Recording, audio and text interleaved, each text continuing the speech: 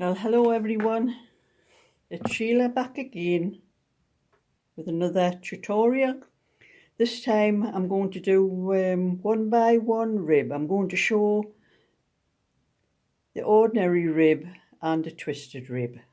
So this is the ordinary rib I'm showing you first. And as you can see, it's just straight one by one rib with a cable. I've done a cable cast on.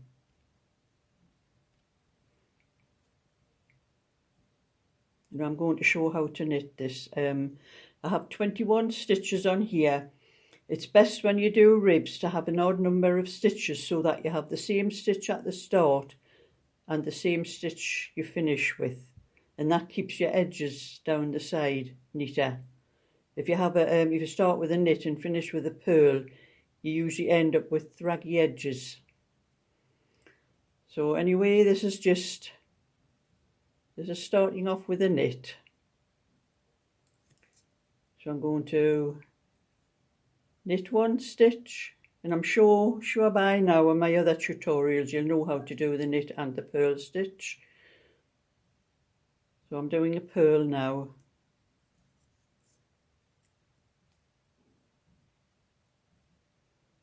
And a knit.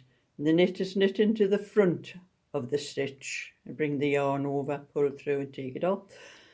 And the purl stitches knitting underneath the stitch over the top of the left hand needle, and the yarn over, pull through and take it off. And so it's just knit one, purl one, knit one, purl one, knit one, purl one, knit one, purl one, and so on to the end of the row.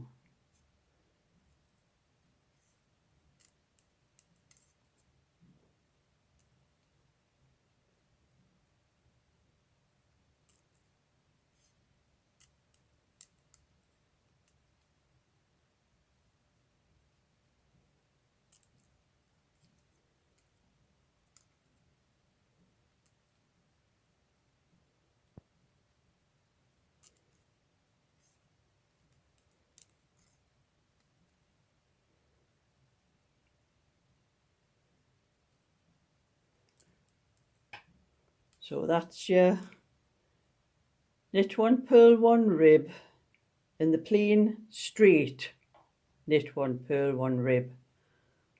And now I'll show you how to do the twisted rib. So I have another set of needles here with the stitches for the twisted rib. I'll pull some of this wool out. And as you can see how the stitches are very different, they're twisted. I'll put the other one up next to it. And this is more, it gives you a more fancy edge to a cardigan or sweater, where this one is just a plain ordinary effect. So I'll show you how to do this one now. And it's the same as the other one. I have 21 stitches here, so I've got the same, I'm starting with the same stitch, finishing with the same stitch. I'm starting with a knit and finishing with a knit. Only the difference with this is, instead of going into the front of the stitch and underneath the needle like that, you're going into the back of the stitch. And you're knitting that stitch. You do the purl like you would normally do the purl.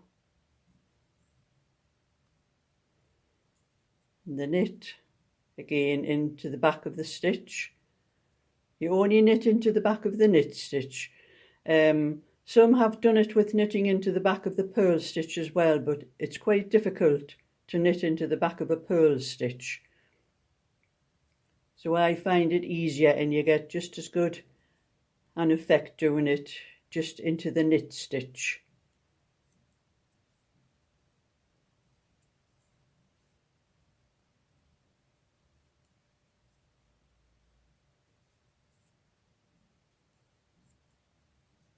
It's into the back of the knit stitch, into the front of the purl stitch, the back of the knit stitch, front of the purl stitch, and so on to the end of that row.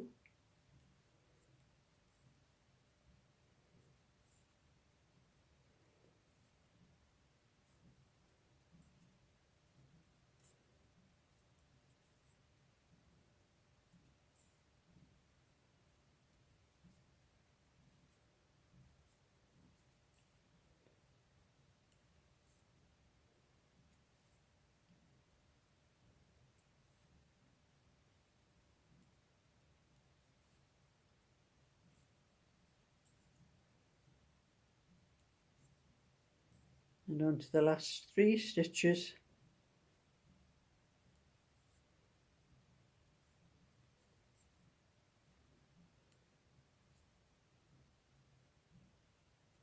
That's 1 row of twisted 1 by 1 rib. And then another little thing which a lot of people probably don't know, but this is a cable cast on. And when you do a cable cast on, there is a right side, probably most ribs, is a right side and a wrong side. This is the right side. As you can see, the normal, the stitch where the stitches carry on from the cable cast on. But when you turn it over, this is the wrong side. And if you can look very carefully, you have the little ridge across where the purl stitch was on the back of here. So when you're doing rib, you want to do an even number of rows, so that when you start with the larger needle and knitting the purl or plain or whatever you're doing, that this is the side that's going to be shown when you're wearing it. If you do an odd number rows of rib, that's the side that's going to be shown, and that does not look quite as neat as that side. And it's best, like we said, it's best to have an odd number of stitches so you get the same stitch at both ends of the needle. And that's a little tip for today, how to do the 2 different kinds of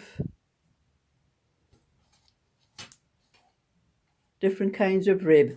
This rib here, if I was doing a garment where you would have you would maybe want to rib in the middle of the garment, say like if you want a waist tightening, that's the kind of rib I would do for that. I wouldn't do that for the for in the middle of something where you wanted to pull in tight. That's the one that you do, that I would do for that. But that's my choice. That's up to anybody else that wants to do this. So that's my little tutorial for today. Give it a thumbs up and subscribe, and I'll let you see when I get round to doing the next tutorial. It'll probably be more kind of ribs, because there are a lot of different kind of ribs you can do.